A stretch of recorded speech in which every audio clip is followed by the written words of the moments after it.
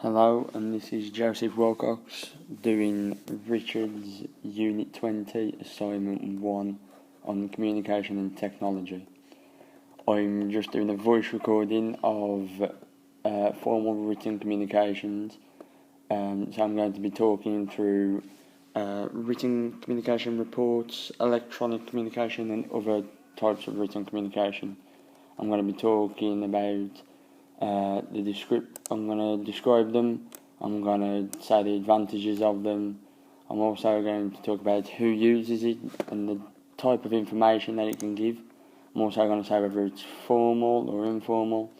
I'm also going to be going through the spellings of them, so whether they'll all have to be spelled correct and whether the grammar will be correct, or whether it'll just be like not formal and you'll just be able to write it as you want. So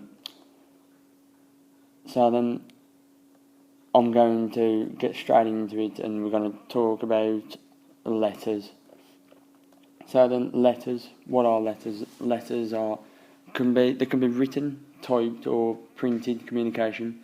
So they can be sent in an envelope, or post, or messenger.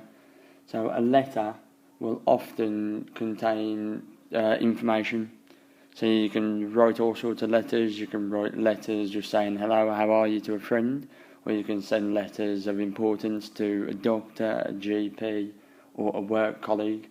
So then in the public services, letters will be used in every type of public services in every different area of it. For example, in the police, one of the high people up in the police will send a message to all the people below him, saying, we need to do this, we need to do that, this rule is coming into action on this date, and pass the message on, and then that letter will get edited and sent on to the people below them, and it'll get passed on, so it'll be containing information, passing stuff on. A letter will always be clear and concise. It won't blab on for ages. You won't see a letter with 10 pages but barely any information on it. You'll see a letter will always include relevant messages, important messages, stuff that isn't just made up. And that's the key thing about messages. The key thing about letters, because it really does always go accurately describe what needs to be said. It doesn't touch around the edges, it will include all of those. So then the advantages of the letters: it's safe and it's simple. It'll work all the time. You'll always get the letter, or you should always get the letter. It's simple. You can simply put to so and so at this address, and then write what you want. It's simple. You can't really get any simpler than a letter. And it's formal. In the public services, it will be formal, because you'll have to describe certain things. You'll have to include details, information on work, and they'll all be addressed with sir, or with the rank that they are in the police, or the rank that they are in any public service, so it'll always be formal. The disadvantages of letters. The main disadvantage, and what emails are better than them for, is letters seem to be slow. They take a couple of days getting there, when if you send an email, it's there straight away. And that's a big disadvantage, really, because if you need to tell someone something straight away, a letter wouldn't be the right thing, even though it's safe, simple to do, and it contains all the information you need and it's formal. It won't get there straight away. So then, as I've already touched on, every public services uses letters in some respects. Yes, they will use all different sorts of methods, and they might not use letters all the time because it's slow and not very quick, but they will use letters. One of the most common sort of letters that you'll know is a letter from a army soldier sending back home to their wife or family, letting them know everything's fine, because it does include the information that you need, and it's easy to send, easy to write, easy to read. So then, moving on to memos. Memos, what are they? So a memo is a short sort of notification. So it's telling the person that reads it of certain events. A memo might be party on Friday. that's just a simple memo, not to do with the public services. But that is a little memo, just refresh your memory, hence the name memo. It will just remind you of a certain thing, and it can be about anything. It can be, it could be for the police. It could be uniform inspection on Friday. Simple. It's short. It's concise. It tells you the information, and it tells you the event or what it is. So then the advantages of it. It's fast. If you simply write down inspection on Friday, it's fast. It's short. It doesn't take long to send. So if you write a memo, it'll send it and you'll receive it straight away, whether it's on the computer or whether it's in the workplace, and it just says the memo on the wall. That memo is easy to read, it's short and everything. Memos mostly are formal. It's mostly regarding information, not just a social thing, in the public services anyway. So who uses it? Well, most services that require general event updates do use it, so that would be the police. If there's an inspection on a certain day, I'll be referring to that. Fire service might be a memo. There's an update of your kit, so you're having new kits on Thursday. That will remind you to make sure you get your kit on Thursday. For ambulance, it might be a training course on Wednesday. That'll remind you that it's a training course on Wednesday, so it is formal, but it does have that clear and concise message. It doesn't blab on. Letters usually has all the information that you need, but memos are really shortened down. So really, a memo, you already know the information, it's just reminding you or updating you of the event that's upcoming. So the disadvantages of it. Usually, you don't really get replies off it very early. So if you say inspection on Friday, you don't usually hear back off it. You usually look at it and say, okay.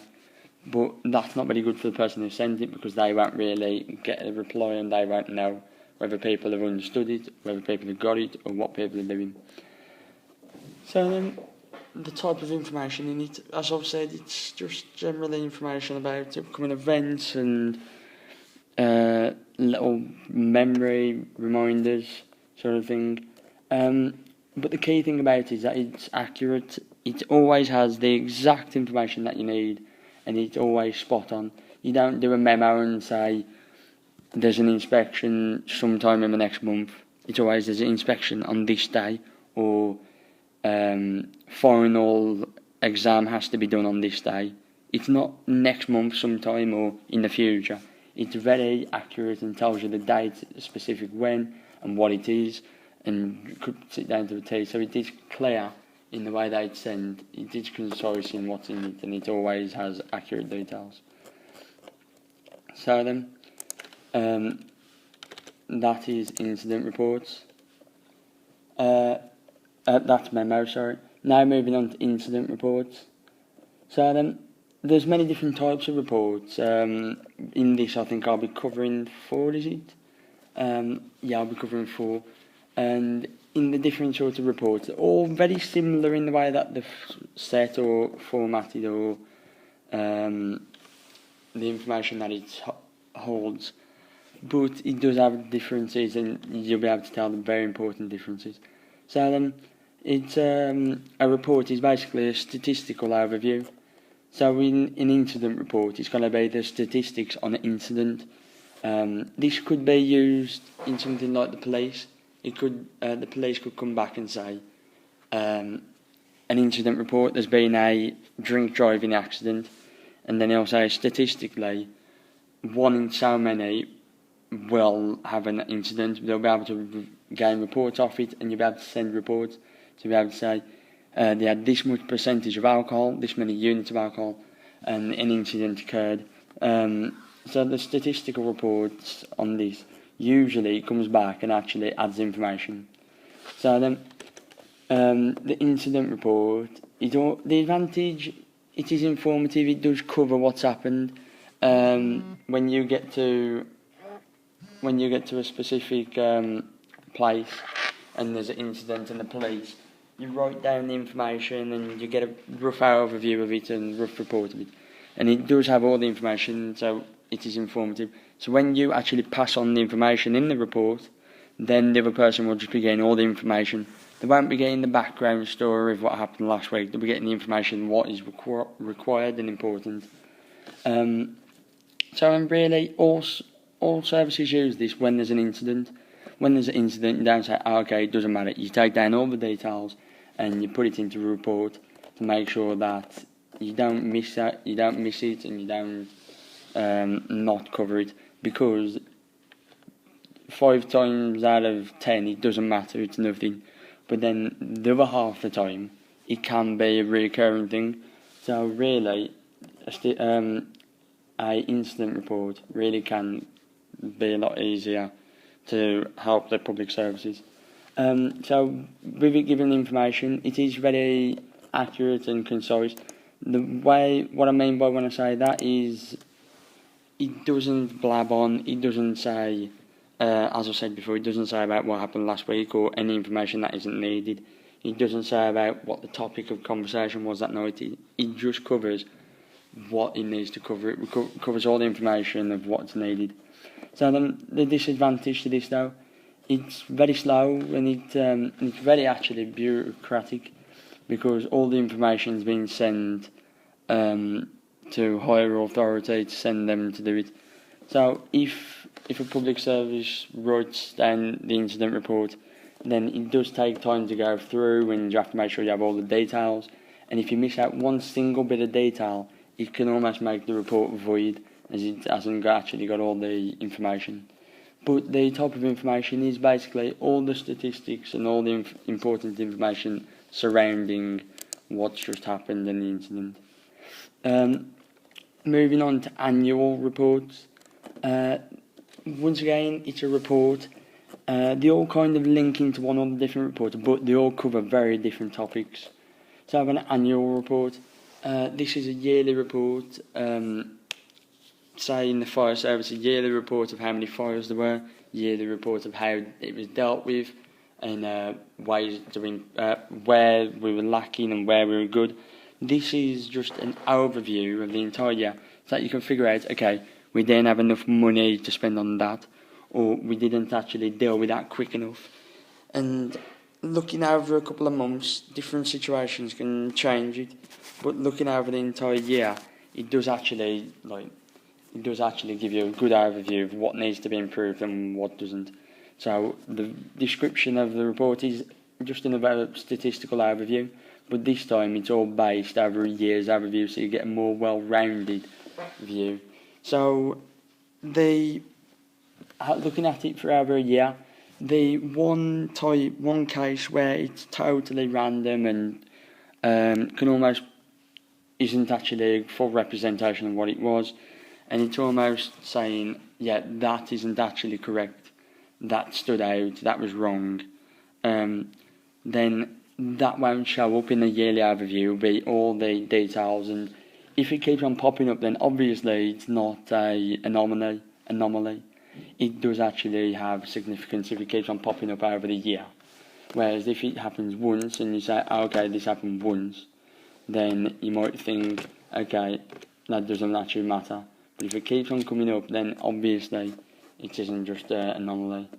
So then the advantages of having an annual report, you see the entire year, and it's very accurate, to be honest, because as I said, if there's one anomaly that doesn't come up, it just comes up with all the stuff that you need to know over the year and what kept on happening, what didn't happen, and that actually does give you a well-surrounded view of what's going on. So then, disadvantage. Once again, a yearly report, it's very slow, it takes a year to do, and also it can be a little dicey if you keep on making mistakes. If you keep on forgetting to put how it was resolved or whether you were wrong or right, then over a year you might get to it, might look at all the information and you might think, well, how did it end up, or how did we deal with it, or how many police officers were there. So all the information needs to be there on near enough every single one. Otherwise, when you look at a full review of the year, you will be seeing what happened and everything, but you'll be missing out key things. So you won't know how to deal with it, you won't know certain things which you want to know in order to be able to improve.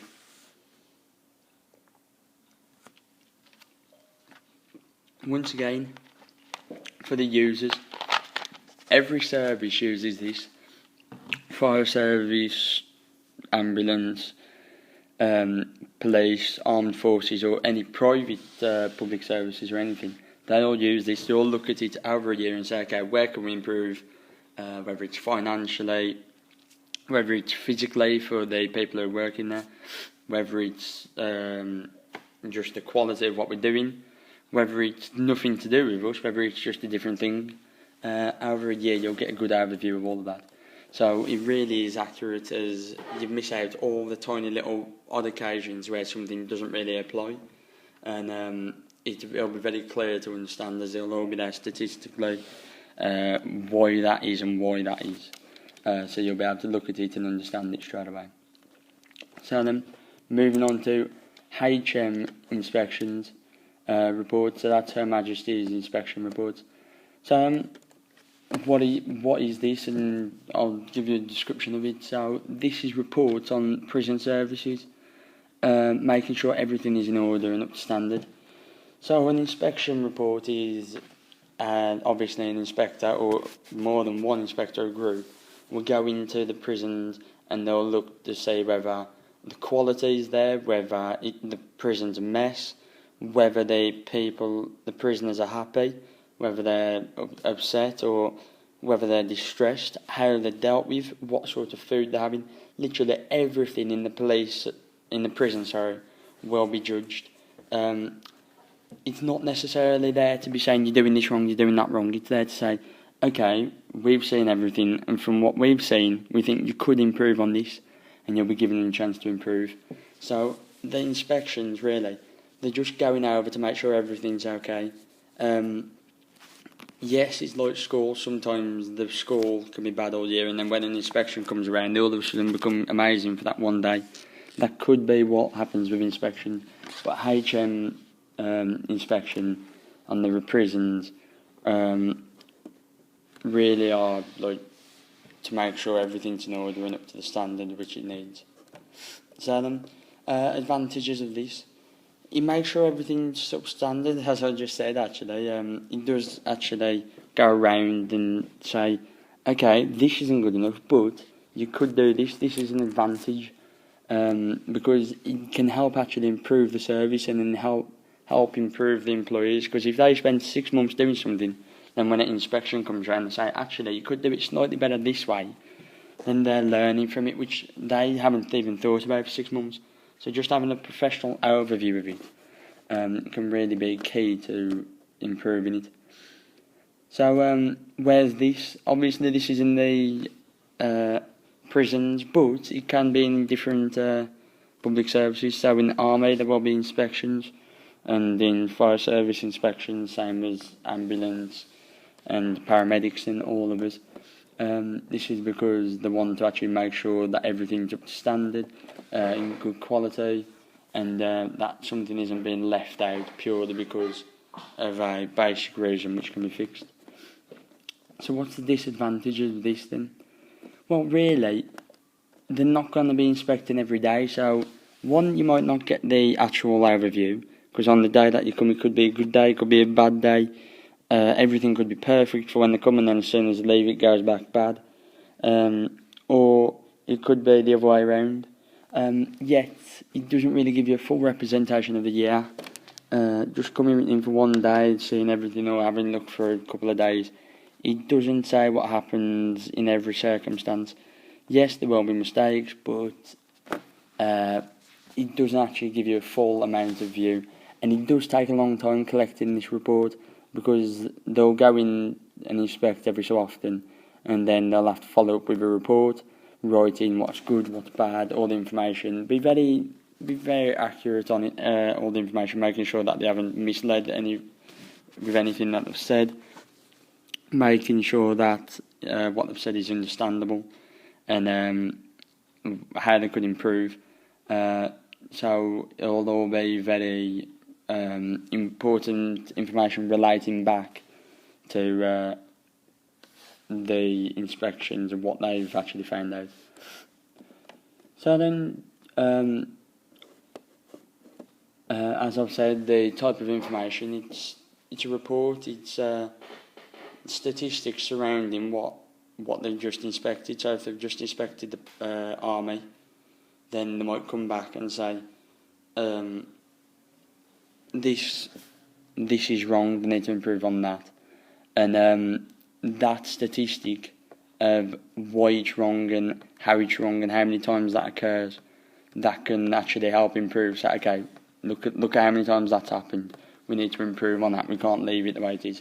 Whereas if something's only happened once, you might say, okay, it's not reoccurring, it's not that much of a problem. So then, moving on to audit report, and then I'm going to finish there for now. So I'm going to do it in 2 parts.